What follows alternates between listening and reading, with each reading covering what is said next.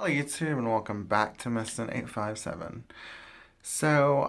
Today's topic is a little sensitive, but I feel like I've already addressed a few other sensitive topics as of late, so I'm not too worried about this one.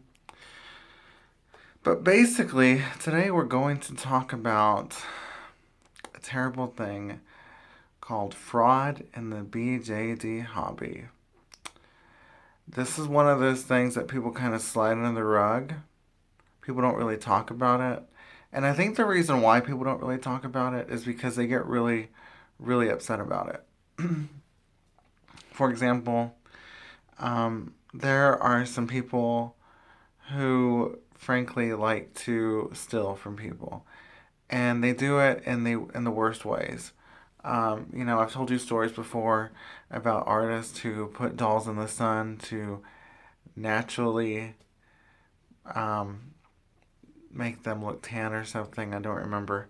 But no, we're not talking about that today. We're talking about um, situations in which a transaction with the doll itself, or something else was sold, and fraud was attempted by the other person. So, as you know, eBay was one of my only jobs in 2016, and it was wonderful. I did well, and it was really great. I met some amazing people. But in that group of amazing people, there's always a few people who are not completely honest and try to do things that are unethical or wrong.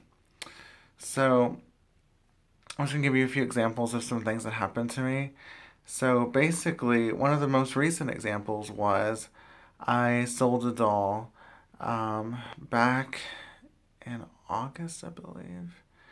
And it was wrapped perfectly.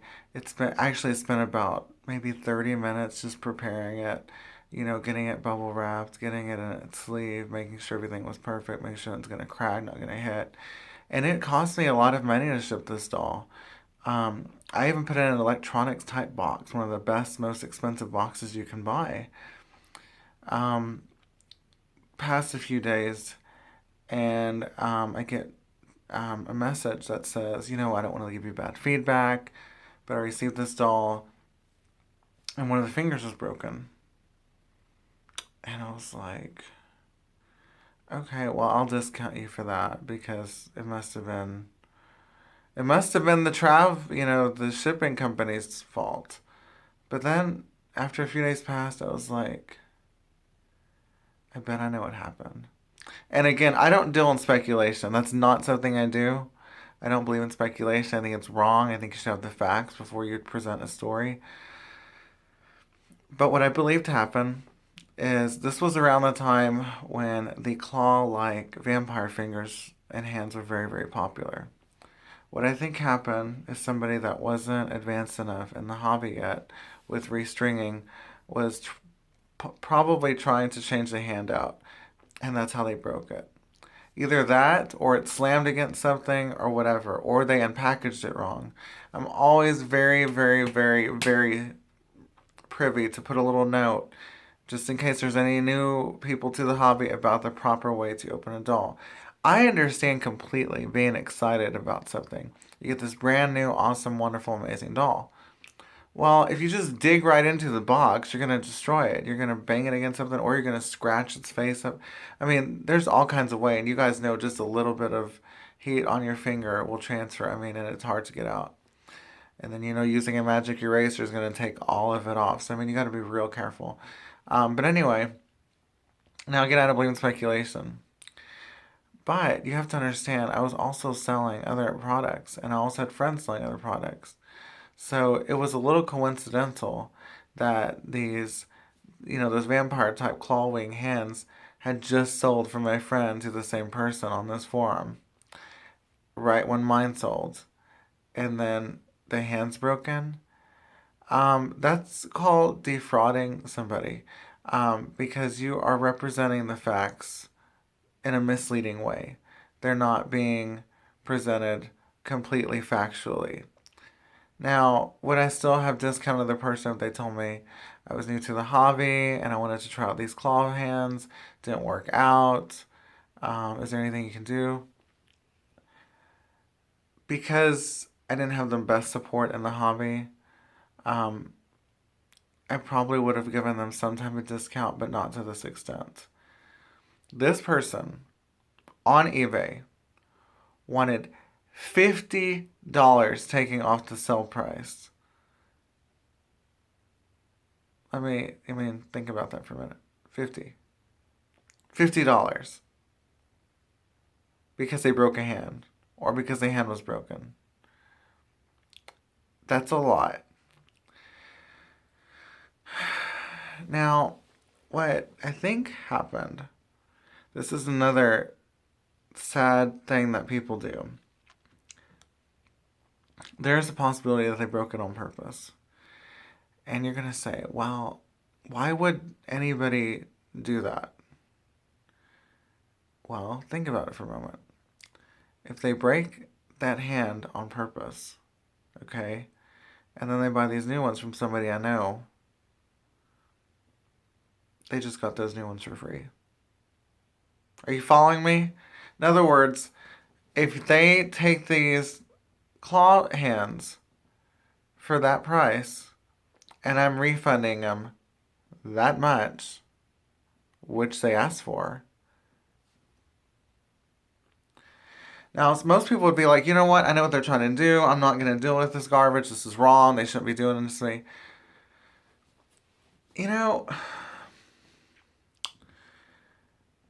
and I'm not going to sit here saying I get a good enough value on the doll, so I don't mind discounting it, because that's not true at all. Let me tell you something, honey. If you don't do eBay, you don't understand eBay. That's just a fact. eBay is a very complicated and difficult and hard thing to do. And even if I sell a doll for $300 or even $1,000, the profits look good. But the fees are ridiculous. They are sky high. I've had some fees that are just so high that I feel like when you have so many things listed and you get starting at so much fees, you kind of start to feel like you're giving things away. And that's never a good feeling. So I'm not going to sit here and lie and say, oh, well, the profit was good enough, so I sold it cheaper. That's not what happened. I just was feeling nicer that day.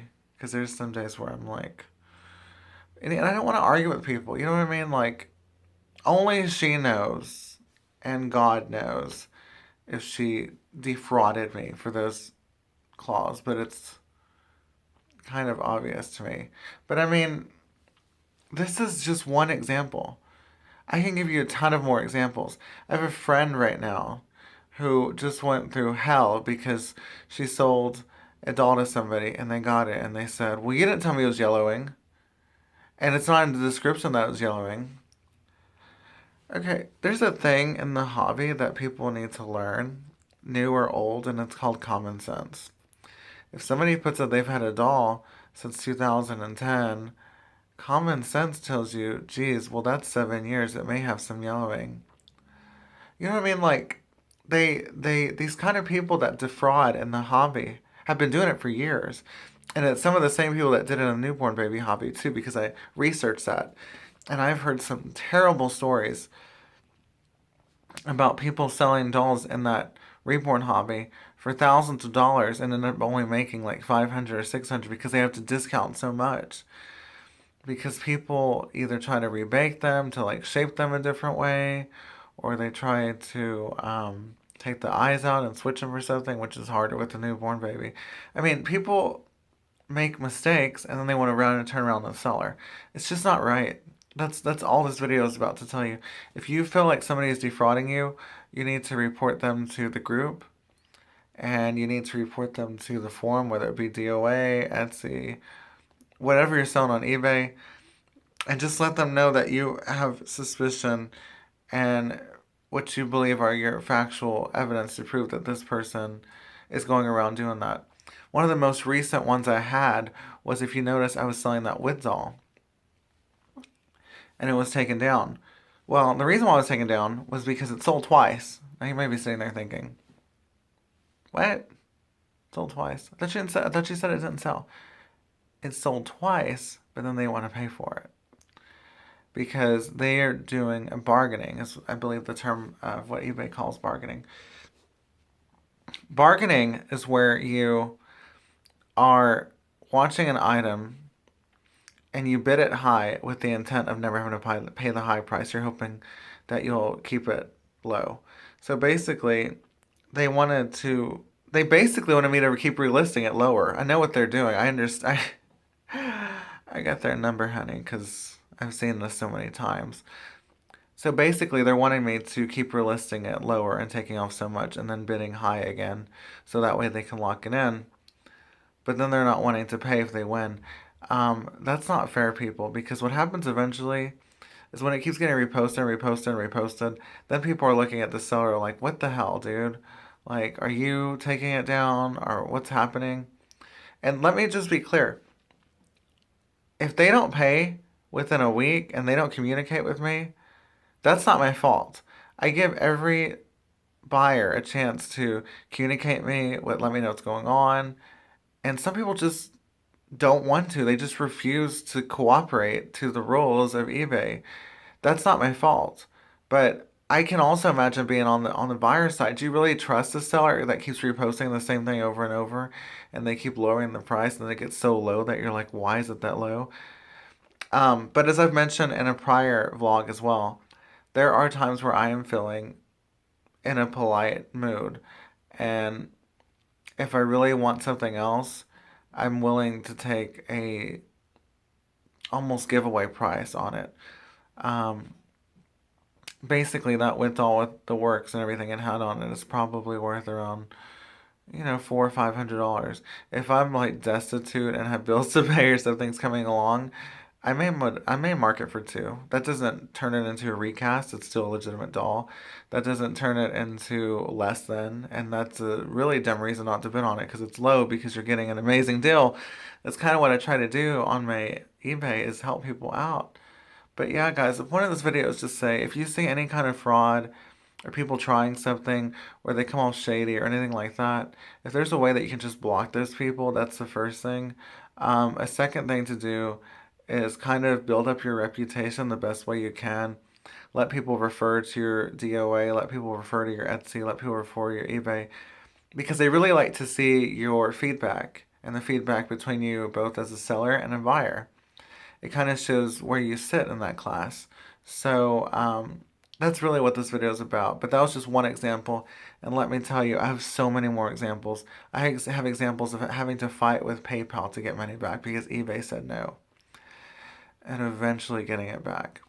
And then again, my friend went through something similar recently. And it's hard because when you know you're right and somebody has come up with a way to try to scam you, it's terribly upsetting. Um, and it's really unfortunate because this happens a lot in different hobbies, but I don't think it should be happening in this hobby.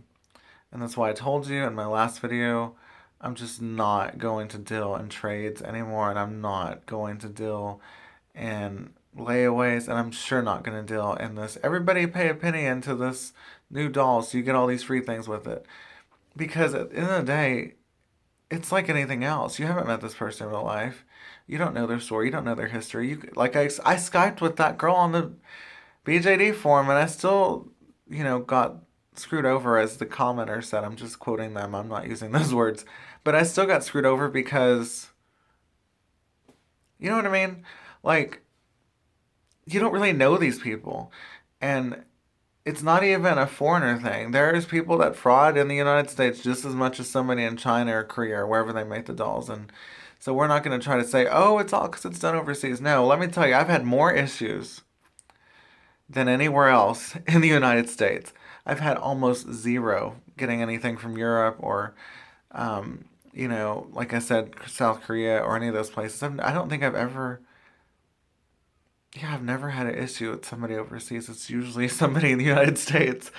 Um, and, even some other things, they hurt my account in other ways. For example, somebody left on eBay that I lied about shipping an item because they were closed for a holiday. See, that's wrong. And what happens is because they did that, it's going to knock down my score. It's going to knock down my ranking because they want to be that way. You know what I mean?